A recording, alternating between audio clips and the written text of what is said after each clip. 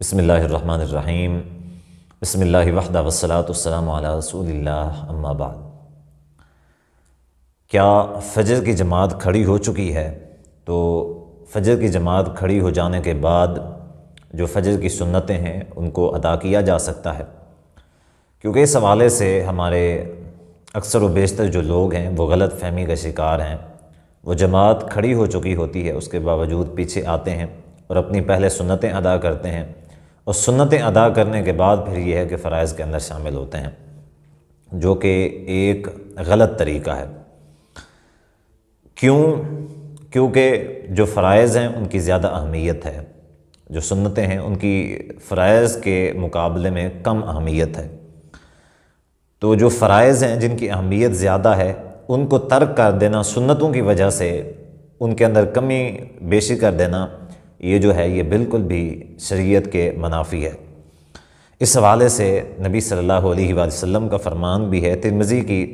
421 number حدیث ہے۔ سیدنا ابو ہریرہ رضی اللہ تعالیٰ فرماتے ہیں کہ نبی صلی اللہ علیہ وآلہ وسلم نے فرمایا، اذا اقیمت الصلاۃ فلا صلاۃ الا المکتوبہ، کہ جب فرض جماعت کھڑی ہو جائے تو پھر فرضوں کے علاوہ کوئی اور نماز جائز نہیں ہے۔ یعنی کہ فرض جماعت کھڑی ہو چکی ہے، پھر سنتیں وغیرہ ادا کرنا یا کچھ بھی اور پڑھنا وہ بالکل بھی ناجائز ہے شریعت اسلامی کے اندر۔ تو ایسے جو لوگ یہ کام کرتے ہیں کہ جماعت کھڑی ہو چکی ہوتی ہے اس کے باوجود پیچھے سے آ کے وہ سنتیں شروع کر دیتے ہیں، یہ نبی صلی اللہ علیہ وآلہ وسلم کے اس فرمان کے منافی ہے۔ تو اب سوال یہ پیدا ہوتا ہے کہ چلیں بات سمجھ آ گئی کہ فرض جماعت کھڑی ہو چکی ہے تو ہم سنتیں نہیں پڑھتے، تو فرضوں کے اندر شامل ہو جاتے ہیں، فرض پڑھتے ہیں، تو اب سنتیں کب پڑھیں؟ تو اس حوالے سے بھی ہمارے لوگوں میں اختلاف پایا جاتا ہے اور غلط فہمی پائی جاتی ہے۔ کچھ لوگ تو ہیں جو فجر کے فرضوں کے بعد ہی پھر سنتیں ادا کر لیتے ہیں، اور کچھ لوگ جو ہیں وہ یہ سمجھتے ہیں کہ شاید اب یہ سورج طلوع ہونے کے بعد ہی پڑھی جا سکتی ہیں، فرضوں کے بعد نہیں پڑھی جا سکتی ہیں۔ تو اس حوالے سے ہم حدیث کا مطالعہ کرتے ہیں کہ اس حوالے سے حدیث کیا کہتی ہے۔ سب سے پہلے تو میں آپ کو بتا دوں کہ یہ جو سنتیں ہیں فجر کی پہلے والی، اگر بندہ پہلے نہیں پڑھ سکا، جماعت کھڑی ہو چکی ہے، تو بندہ جماعت کے اندر شریک ہو جائے، فرض نماز ادا کرے، تو اس کے بعد یہ سنتیں فرضوں کے بعد پڑھی جا سکتی ہیں۔ اس کی دلیل یہ حدیث ہے صحیح بخاری کے اندر 1233 اور صحیح مسلم کے اندر ہے 833 نمبر۔ سیدہ ام سلمہ رضی اللہ تعالیٰ عنہ نبی صلی اللہ علیہ وآلہ وسلم سے پوچھتی ہیں، دیکھتی ہیں کہ اللہ کے پیغمبر صلی اللہ علیہ وآلہ وسلم عصر کی نماز کے بعد آپ صلی اللہ علیہ وآلہ وسلم نے 2 رکعتیں پڑھیں۔ تو عصر کی نماز کے بعد جب آپ کو دیکھا کہ آپ نے 2 رکعتیں پڑھیں تو نبی صلی اللہ علیہ وآلہ وسلم سے ان 2 رکعتوں کے متعلق سوال کیا، کیونکہ عصر کے بعد تو کوئی نماز نہیں ہوتی، جیسا کہ فجر کے بعد کوئی نماز نہیں ہوتی۔ تو انہوں نے اسی وجہ سے سوال کیا، تو نبی صلی اللہ علیہ وآلہ وسلم نے فرمایا، یا بنت ابی امیہ، اے ابو امیہ کے بیٹی، سألت عن الرکعتین بعد العصر، میں نے یہ عصر کے بعد جو 2 رکعتیں پڑھی ہیں آپ نے مجھ سے اس کے متعلق سوال کیا ہے کہ یہ کون سی ہیں؟ تو وَإِنَّهُ أَتَانِي نَاسٌ مِّنْ عَبْدِ الْقَيْسِ، میرے پاس عبد القیس قبیلے کے کچھ لوگ آئے ہوئے تھے، فَشَغَلُونِي عَنِ الرَّكْعَتَيْنِ اللَّتَيْنِ بَعْدَ الظُّهْرِ، انہوں نے مجھے مصروف کر دیا، ان کی مصروفیت کی وجہ سے میں ان کے ساتھ بیٹھ گیا، تو میں جو ہے نا ظہر کے بعد والی جو 2 رکعتیں ہوتی ہیں میں وہ رکعتیں ادا نہیں کر سکا۔ فَهُمَا هَاتَانِ، پس یہ جو میں نے 2 رکعتیں ادا کی ہیں یہ ظہر کے بعد والی 2 رکعتیں ہیں۔ تو اس سے یہ ثابت ہوتا ہے کہ عصر کے بعد کوئی نماز نہیں ہوتی، فجر کے بعد کوئی نماز نہیں ہوتی، لیکن اگر اس طرح کی کوئی سنتیں مؤکدہ والی سنتیں رہ گئی ہوں تو وہ جو ہے نا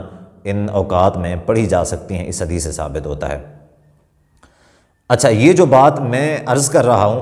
یہ بات علامہ ابن ابی العز الحنفی رحمہ اللہ، جو احناف کے ایک بہت بڑے امام گزرے ہیں، ان کی وفات 792 ہجری کی ہے، وہ یہی بات اپنی کتاب التنبیہ علی مشکلات الہدایہ، جو احناف کی، حنفیوں کی بڑی معتبر کتاب ہے فقہ کی ہدایہ، اس کی شرح التنبیہ ہے علی مشکلات الہدایہ، اس کے اندر اس چیز کی وضاحت کرتے ہیں، جلد 2 ہے اور صفحہ 694 ہے۔ وہ اس حدیث کی وضاحت کرتے ہیں 2 رکعت والی، فرماتے ہیں فیہ دلیل علی ان السنن الرواتب تقضی۔ یہ جو ام سلمہ رضی اللہ تعالیٰ عنہ والی روایت ہے کہ نبی صلی اللہ علیہ وآلہ وسلم نے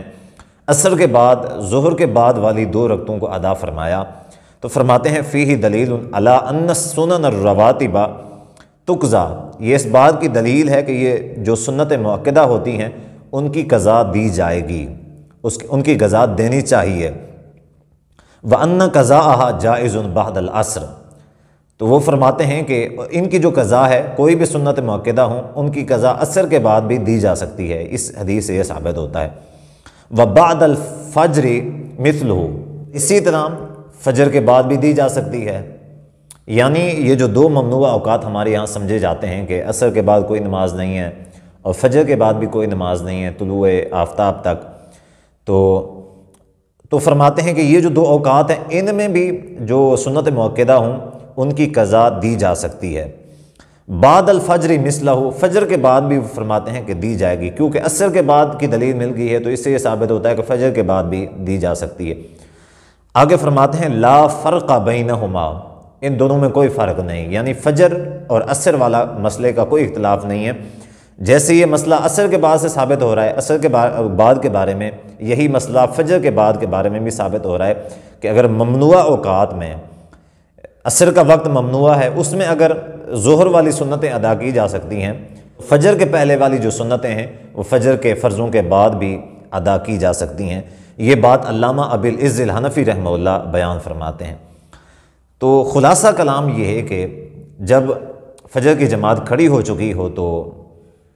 پھر یہ ہے کہ فرضوں کے اندر شامل ہونا چاہیے، سنتیں نہیں شروع کرنی چاہیے۔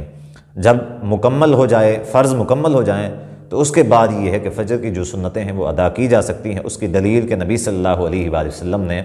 ظہر کے بعد والی سنتیں عصر کے بعد ادا فرمائی تھیں۔ واللہ تعالی اعلم بالصواب، والسلام علیکم ورحمۃ اللہ وبرکاتہ۔